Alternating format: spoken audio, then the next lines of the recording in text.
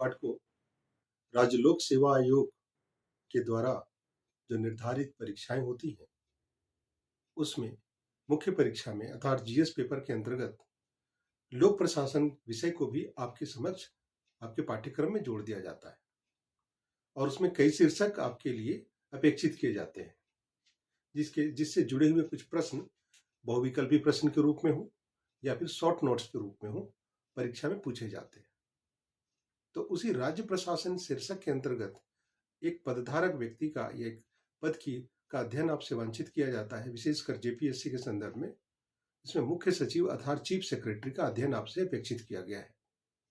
तो चलिए आज की चर्चा का केंद्रित विषय मैं चीफ सेक्रेटरी अर्थात मुख्य सचिव को लेकर के आपसे साझा करने जा रहा हूं। अर्थात हमारी चर्चा के अंतर्गत यह व्याख्या होगी कि मुख्य सचिव का पद कैसे सृजित होता है, इस पद की योग्यता क्या है और इसकी भूमिका क्या है, इसके कार्य क्या है ना। इस संदर्भ में हमारी बातें आप तक पहुंचेगी।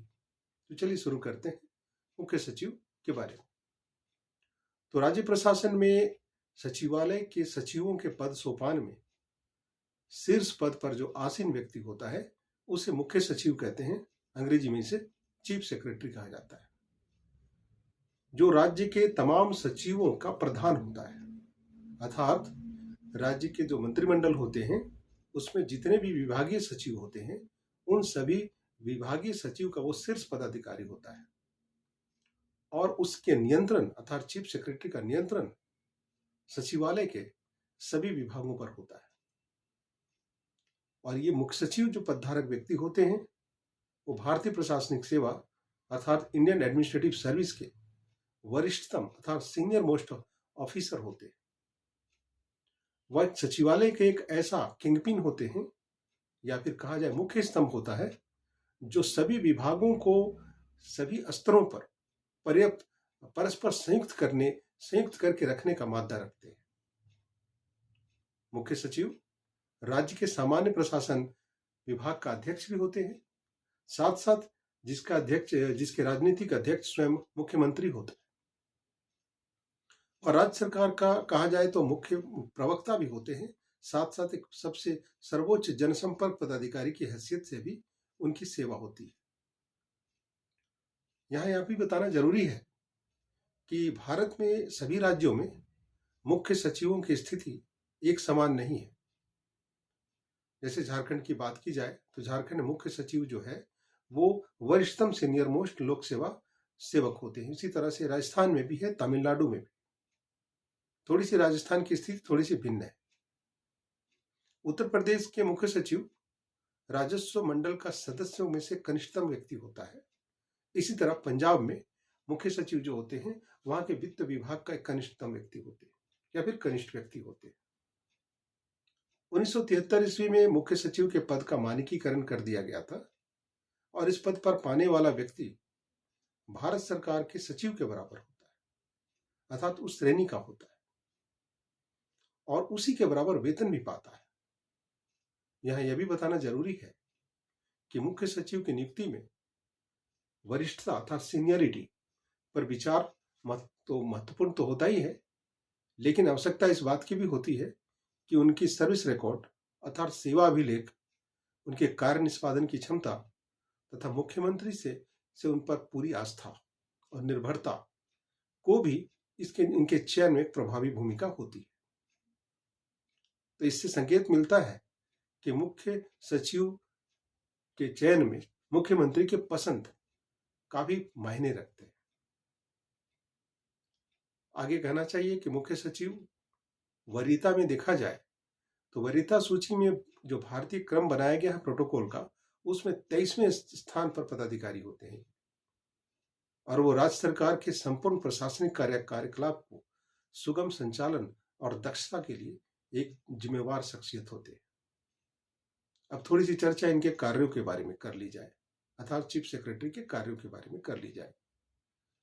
तो चीफ सेक्रेटरी के कार्यों को इस संदर्भ में देखा जाए तो उनके कई भूमिका देखी जा सकती है। एक भूमिका देखी जाती है मुख्यमंत्री या मंत्रिमंडल के परामर्शदाता के रूप में। दूसरी भूमिका देखी जा सकती है राज्य प्रशासन के समन्वयक के रूप में। उनकी भूमिका। इस तरह से तीसरी भूमिका देखी जा सकती है विभाग के अध्यक्ष के रूप में। तो इस तरह से 3 प्रमुख भूमिकाओं में मुख्य सचिव अपनी कर्तव्य निष्ठा के साथ अपनी सेवा देते हैं। तो चलिए चलते हैं मंत्रिमंडल के परामर्शदाता के रूप में किस तरीके से मुख्य सचिव अपनी सेवा देते हैं। मुख्य सचिव राज्य के मंत्रिमंडल का सचिव होता है और वह इस रूप में मंत्रिमंडल की बैठकों का एजेंडा भी तैयार करता है, बैठकों की व्यवस्था करते हैं, साथ साथ सभी मंत्रिमंडलीय कार्रवाइयों का वो रिकॉर्ड भी रखते हैं। वह मंत्रिमंडल के बैठकों में भाग भी लेता है, साथ साथ नीति निर्माण अर्थात पॉलिसी मेकिंग में भी चीफ सेक्रेटरी की एक अहम भूमिका होती है। ये तो हो गई थी मंत्रिमंडल के परामर्शदाता के रूप में चीफ सेक्रेटरी की भूमिका। अब इनकी भूमिका राज्य प्रशासन के समन्वयक के रूप में भी देखी जाए। इस भूमिका में देखा जाए तो संपूर्ण सचिवालय का प्रशासन जो होता है वो मुख्य सचिव के नियंत्रण में ही होता है और मुख्य सचिव को राज्य सरकार के किसी भी विभाग में के संबंधित मामले पर निरीक्षण करने का अधिकार प्राप्त होता है। इस संबंध में मुख्य सचिव के द्वारा आवश्यक मामलों समझे जाने वाले मामलों में किसी भी मामले में वो पत्रावली के संबंधित मामले मंत्रालय के मंत्री को आवश्यक आदेश हेतु लौटा भी सकते हैं तथा उनके सुझावों के साथ अपने सुझावों के साथ उसे मुख्यमंत्री तक भेजने का भी उन्हें अधिकार प्राप्त है। इसके साथ साथ मुख्य सचिव अपने राज्य, केंद्र एवं अन्य राज्यों के साथ वो संचार केंद्र के रूप में, संचार तंत्र के रूप में भी काम करते हैं। इसी कारण सामान्यतः अंतर्राज्य विषयों पर सद्भाव हो या फिर मतभेदों के सभी मामले मुख्य सचिव के परामर्श के द्वारा ही उसका समापन किया जाता है।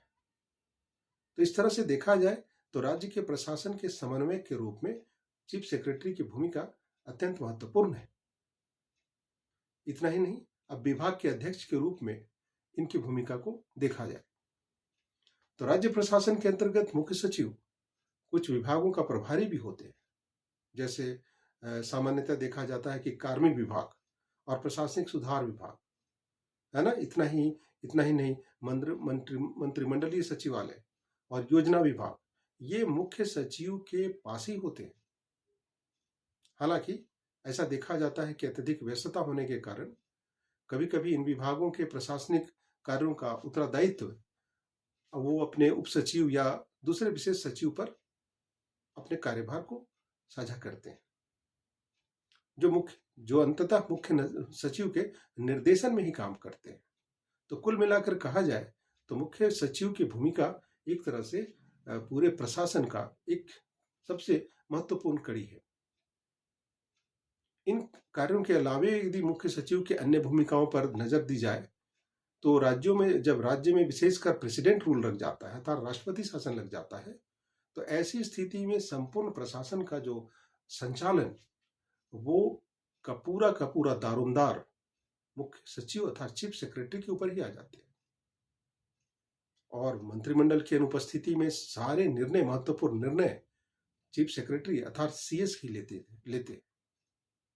इतना ही नहीं, मुख्य सचिव लोक सेवाओं के अध्यक्ष भी होते हैं तथा सरकारी लोक सेवकों के स्थानांतरण की बात हो, चाहे नियुक्ति की बात हो, चाहे पदमुक्ति की बात हो, इन सब की सख्तियां उस शख्सियत पर निहित होती है। यहां पर थोड़ी सी चर्चा प्रशासनिक सुधार आयोग को भी करने की आवश्यकता है, जिसके बाद मुख्य सचिव के पद पर आसीन व्यक्ति के पद पर क्या अधिकार होने चाहिए, क्या सख्तियां होनी चाहिए, उस पर पुनर्विचार भी किया गया था। तो प्रशासनिक सुधार आयोग ने राज्य के प्रशासन संबंधी रिपोर्ट में यह सुझाव दिया था कि मुख्य सचिव के पद को और अधिक शक्तिशाली बनाया जाना चाहिए। तो थोड़ी सी चर्चा यहाँ प्रशासनिक सुधार आयोग को भी लेकर होनी चाहिए कि प्रशासनिक सुधार आयोग, जिसे एडमिनिस्ट्रेटिव रिफॉर्म्स कमीशन कहते हैं, यह एक ऐसी समिति है जो भारत के लोक प्रशासन को अधिक कहा जाए कारगर बनाने के लिए भारत सरकार के द्वारा नियुक्त की गई थी। तो अब तक प्रशासनिक सुधार आयोग की 2 रिपोर्ट समिति के द्वारा प्रस्तुत की जा सकी है भारत सरकार के समक्ष। उसमें पहला रिपोर्ट 5 जनवरी 1966 ईस्वी में समिति ने अपनी रिपोर्ट प्रस्तुत की थी और दूसरे का गठन हुआ था 31 अगस्त 2005 को, जो वीरप्पा मोइली के नेतृत्व में हुआ था। तो इस रिपोर्ट के मार्फत चीफ सेक्रेटरीज के दायित्वों को और कैसे बनाया जाए, कैसे बढ़ाया जाए, इस पर रिपोर्ट सबमिट हुआ था और इस पर चर्चा हुई थी।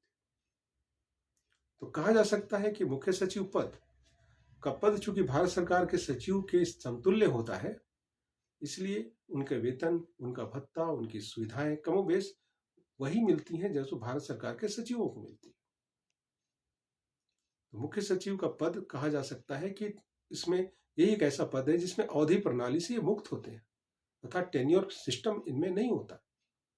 वो चाहे तो जब तक मुख्यमंत्री की इच्छा अनुसार, है ना, मुख्यमंत्री की चॉइस के आधार पर वो अपने पद पर बने रहते हैं।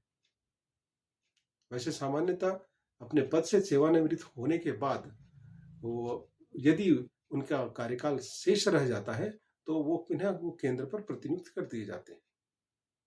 तो ये मुख्यमंत्री या फिर मुख्यमंत्री के चहेते शख्सियत को चीफ सेक्रेटरी बनने का गौरव प्राप्त होता है। इससे इतनी बात समझ में आ गई। तो यदि परीक्षा में इस संदर्भ को लेकर के एक शॉर्ट नोट पूछा जाए तो आप इतनी व्याख्या को समझते हुए एक अच्छी व्याख्या लिखने में सक्षम हो सकते हैं। तो आज मैंने राज्य प्रशासन के अंतर्गत मुख्य सचिव पदधारक व्यक्ति के बारे में बताया आपको और परीक्षा उपयोगी जानकारियों को आपसे साझा किया। उम्मीद करता हूं कि यह व्याख्यान आपको पसंद आया होगा। अगले दिन पुनः किसी नए विषय के साथ मैं आप तक उपस्थित रहूंगा। आप मेरे वीडियो को देखते रहें, लाइक कीजिए, सब्सक्राइब कीजिए, मित्रों के साथ साझा करें। मैं जल्द ही मिलता हूं, तब तक के लिए धन्यवाद।